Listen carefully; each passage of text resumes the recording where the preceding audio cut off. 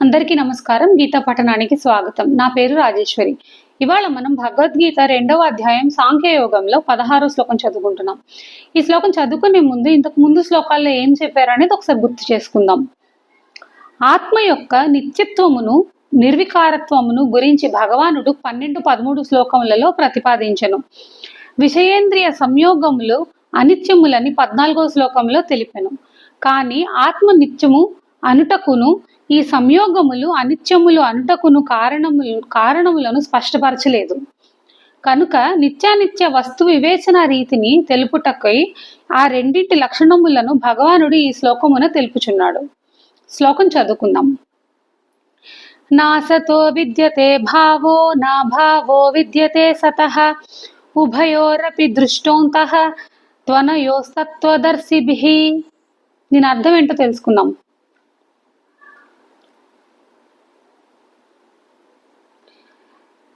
ఇక్కడ అసతః అంటే అనిత్యమైనది అని అర్థం, సతః అంటే నిత్యమైనది అని అర్థం.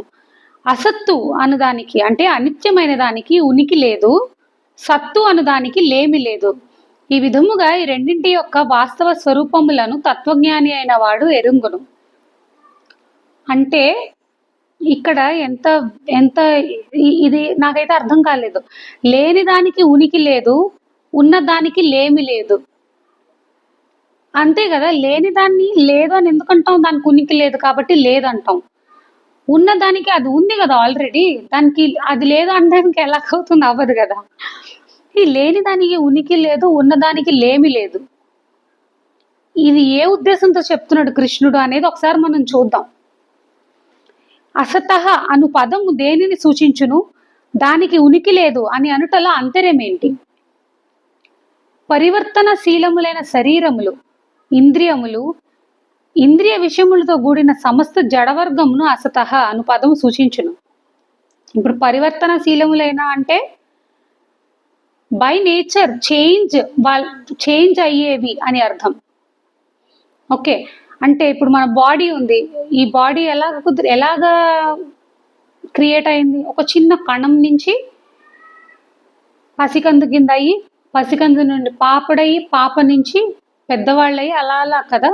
కౌమారం, యవ్వనం ఇవన్నీ చూసాం కదా. అలాగే వృద్ధాప్యం. ఈ చేంజ్ అనేది ఏదైతే ఉందో శరీరానికి ఉంటుంది కదా, అది చెప్తున్నారు.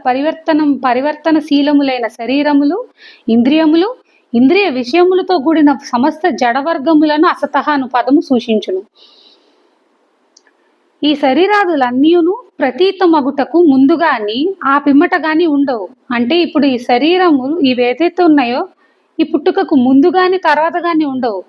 కావున ప్రతీత మగుచున్న సమయమునందు కూడా అవి నిజంగా లేనట్లే.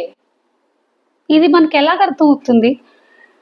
అది దానికి ఈ ప్రతీత మగుచున్న అంటే ఇప్పుడు నాకు తెలిసి అది మన ఇప్పుడు లైఫ్ క్రియేట్ అయిన తర్వాత ఆ లైఫ్ని మనం అందరం ఒక మనిషి ఎక్స్పీరియన్స్ చేస్తాడు కదా.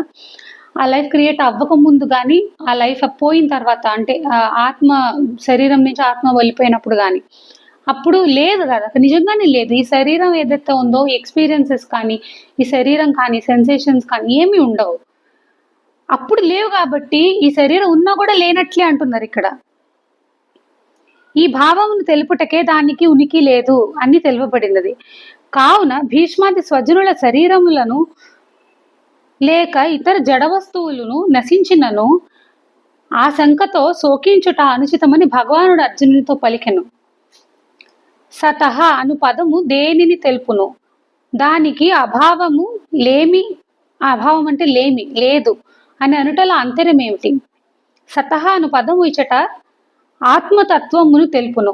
అతడు ఆత్మ అనేది సర్వవ్యాపి, నిత్యము ఉండేది. ఆత్మకు లేమి లేదు అని అనుటలో ఆత్మ ఎన్నడూను ఏ కారణము వలనైనను పరివర్తన చెందదు. ఆత్మకు చేంజ్ ఉండదు, నశింపదు. అది సర్వదా ఒకే విధముగా ఉండును. అది శాశ్వతము, నిర్వికారము. కావున భీష్మాదుల శరీరములు నశించినను వారి ఆత్మలు నశింపవు. కావున వారికై శోకించుట తగదు అని భగవానుడు పలికెను. ఆ నయో అను విశేషణముతో పాటు ఉభయో అను పదము ఎవరిని సూచించును? తత్వద్రష్టలైన జ్ఞానులు వీటిని తత్వములను ఎరుంగుదురు అని అనటల అంతరం ఏమిటి? అనయో అను విశేషణముతో పాటు ఉభయో అను పద్యము పైన తెలుపబడిన అసత్ సత్ అను రెండింటిని సూచించును. వీటి తత్వములను ఎరుంగని జ్ఞానులు ఈ రెండింటిని వివేచన చేయుదురు. పరివర్తనశీలములై నశ్వరములైన అంటే శాశ్వతములు గాని వస్తువులను అసత్ అని నిశ్చయముగా గ్రహింతురు. అనగా అసద్వస్తువులకు ఉనికే ఉండదు.